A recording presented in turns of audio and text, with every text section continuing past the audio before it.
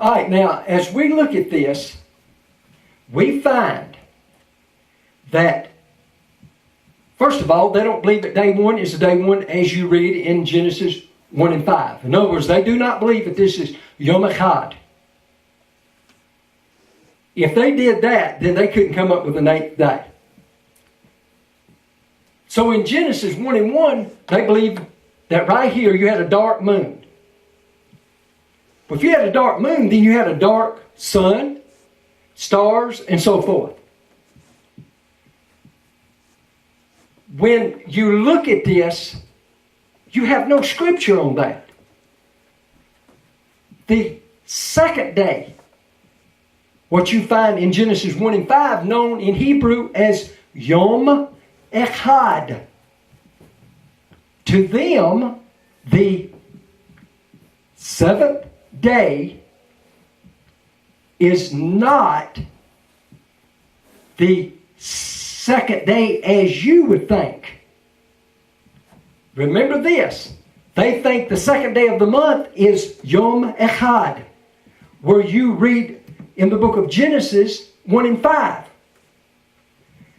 Every month, the second day of the month starts their week off. What I'm telling you now is what happens every month.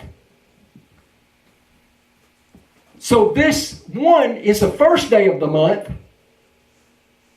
when the moon comes in.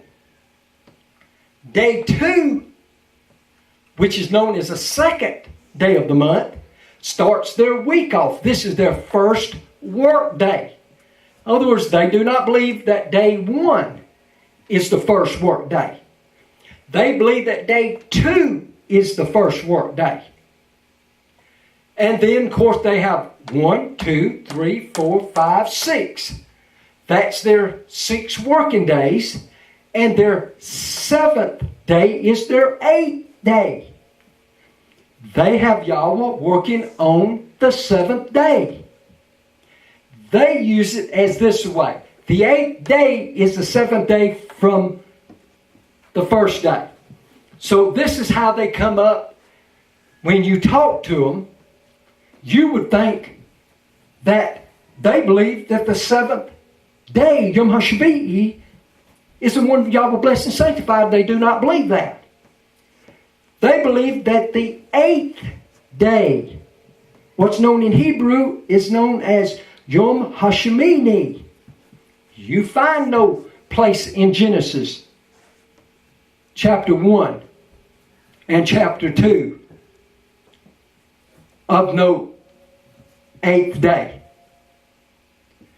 So this is how they do it. They'll start off as the first week here. They'll go 1, 2, 3, 4, 5, 6, and 7. It's really a play on words. It's really deceiving.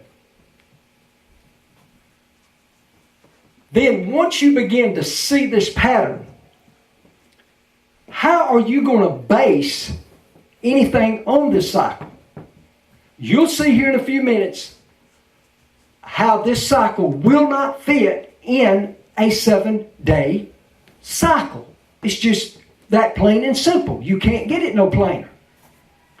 It's just utterly impossible for it to work that way. Now, I want to go over this again with you. Day 1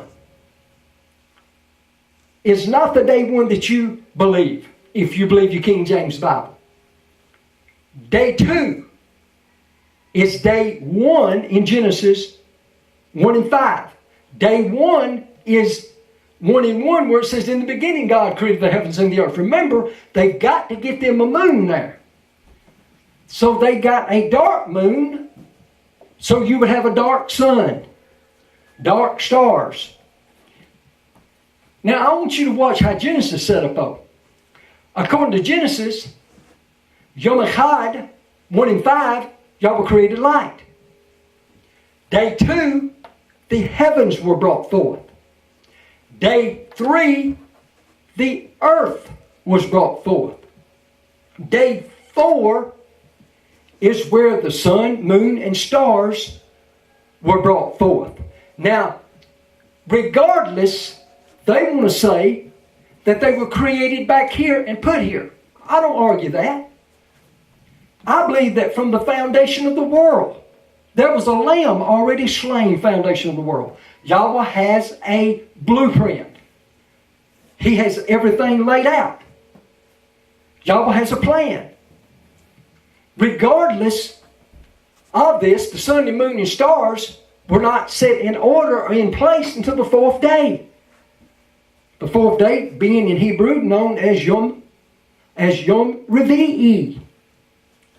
Remember Yom Shani, the second day according to Genesis, is when the heavens were brought forth. And then the third day, known as Yom Shelishi, the earth was brought forth. Heaven was brought forth, earth was brought forth, and the sun, moon, and stars now have a place to put them because heaven was brought forth on the second day. Now the purpose of this was to give light to the earth, and the earth was brought forth on the third day. Now they are set in order to work. Light was created on Yom Echad.